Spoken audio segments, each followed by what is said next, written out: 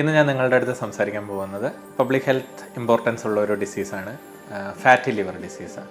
നമ്മുടെ ലിവർ നമ്മളെല്ലാവരും ജനിച്ച് വീഴുന്ന സമയത്ത് ഒരു ഹെൽത്തി ലിവറായിട്ടാണ് നമ്മളെല്ലാവരും സ്റ്റാർട്ട് ചെയ്യണത്. ആ ഹെൽത്തി ലിവറിൻ്റെ മേലെ 5 കാരണമാണ് മെയിൻ 5 കാരണങ്ങൾ കൊണ്ടാണ് ഫാറ്റി ലിവർ ഡെവലപ്പ് ആവുന്നത്. അതിൽ ആദ്യത്തെ ഏറ്റവും ഇമ്പോർട്ടൻ്റ് ആയിട്ടുള്ളൊരു കാരണം അമിതമായിട്ടുള്ള ആൽക്കഹോളിൻ്റെ കൺസംഷൻ അല്ലെങ്കിൽ ഡ്രിങ്ക്സ് കഴിക്കുക.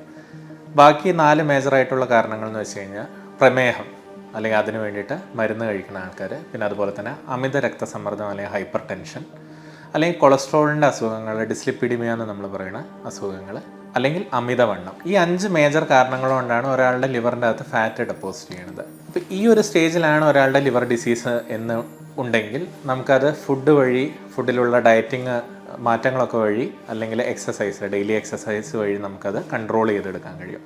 പക്ഷേ കുറേ കാലം ഈ ഫാറ്റ് ലിവർ സ്റ്റേജിൽ നിൽക്കുന്ന സമയത്ത് നമ്മുടെ ലിവർ അടുത്ത സ്റ്റേജിലേക്ക് പോകും. ആ സ്റ്റേജിൻ്റെ പേരാണ് ഫൈബ്രോസിസ് ഓഫ് ലിവർ എന്നത്. അതിൻ്റെ അർത്ഥം എന്ന് വെച്ച് കഴിഞ്ഞാൽ നോർമലി നമ്മുടെ ലിവർ വളരെ സോഫ്റ്റ് ആയിട്ടുള്ള ഒരു ഓർഗനാണ്. അതിൻ്റെ അകത്ത് ഈ ഫാറ്റ് ലിവർ കുറേ കാലം നിൽക്കുന്ന സമയത്ത് പതുക്കെ ലിവറിൻ്റെ കട്ടി കൂടാൻ തുടങ്ങും. അപ്പോൾ ആ കട്ടി കൂടുന്ന ഒരു സ്റ്റേജിൽ കയറി കഴിഞ്ഞ് കഴിഞ്ഞാൽ മരുന്നുകൾ നമുക്ക് സ്റ്റാർട്ട് ചെയ്യേണ്ടി വരാറുണ്ട്.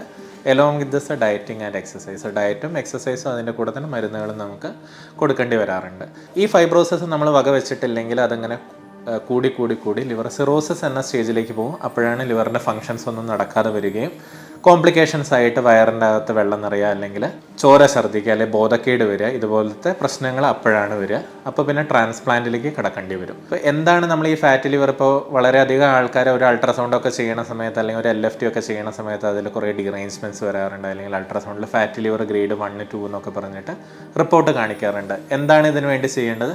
നമുക്ക് എല്ലാവർക്കും ചെയ്യാൻ കഴിയുന്ന കുറച്ച് കാര്യങ്ങൾ എന്ന് വെച്ച് കഴിഞ്ഞാൽ, നമ്മുടെ ബോഡി വെയിറ്റ് കുറയ്ക്കുകയാണെങ്കിൽ, ഒരാളുടെ ഐഡിയൽ ബോഡി വെയിറ്റ് എന്ന് വെച്ച് കഴിഞ്ഞാൽ അദ്ദേഹത്തിൻ്റെ ഹൈറ്റ് നിന്ന് ഒരു 100 മൈനസ് ചെയ്യുക. സെൻറ്റിമീറ്ററിൽ ഹൈറ്റ് വെച്ച് കഴിഞ്ഞാൽ അതിൻ്റെ അകത്തുനിന്ന് 100 മൈനസ് ചെയ്ത് കഴിഞ്ഞാൽ നമുക്ക് കിട്ടണ ഒരു വാല്യൂ ആണ് അദ്ദേഹത്തിൻ്റെ ഐഡിയൽ ബോഡി വെയിറ്റ് എന്ന് പറയുന്നത്.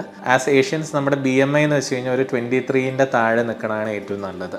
അപ്പോൾ അത് മെയിൻറ്റെയിൻ ചെയ്യാൻ വേണ്ടിയിട്ട് നമ്മൾ എക്സസൈസും ഡയറ്റിൽ അന്നജത്തിൻ്റെ എമൗണ്ട് കുറയ്ക്കുക, ഫാറ്റിൻ്റെ അളവ് കുറയ്ക്കുക, പ്രോട്ടീൻ മെയിൻറ്റെയിൻ ചെയ്യുക, പിന്നെ വെജിറ്റബിൾസ്, മധുരം കുറവുള്ള ഫ്രൂട്ട്സ്, ഇതൊക്കെ ആഡ് ചെയ്തിട്ട് ഒരു ബാലൻസ് ആയിട്ടുള്ള ഒരു ഡയറ്റ് നമ്മൾ വെക്കുകയാണെങ്കിൽ നമുക്ക് ഒരു ഹെൽത്തി ബോഡി വെയിറ്റ് മെയിൻറ്റെയിൻ ചെയ്യാൻ കഴിയും. അതിൻ്റെ കൂടെ തന്നെ എല്ലാ ആഴ്ചയും മിനിമം ഒരു 5 ദിവസം എന്നുള്ള രീതിയിൽ നമ്മൾ നല്ലൊരു മോഡറേറ്റ് ഇൻറ്റൻസിറ്റി എക്സസൈസ്, അതിപ്പോൾ ബ്രിസ്ക് വാക്കിംഗ് ആവാം, കയ്യും വീശി നന്നായിട്ട് വാക്കിംഗ്, അല്ലെങ്കിൽ റണ്ണിങ് ആവാം, ജോഗിങ് ആവാം, ഡാൻസിങ്, ജിമ്മിൽ പോവാം. എന്ത് ടൈപ്പ് എക്സസൈസ് ആയാലും ഒരു 30 to 45 minutes of exercise per day നമ്മൾ ചെയ്യുകയാണെങ്കിൽ അത് നമ്മുടെ ലിവർ ഫാറ്റ് കുറയ്ക്കാൻ സഹായിക്കും.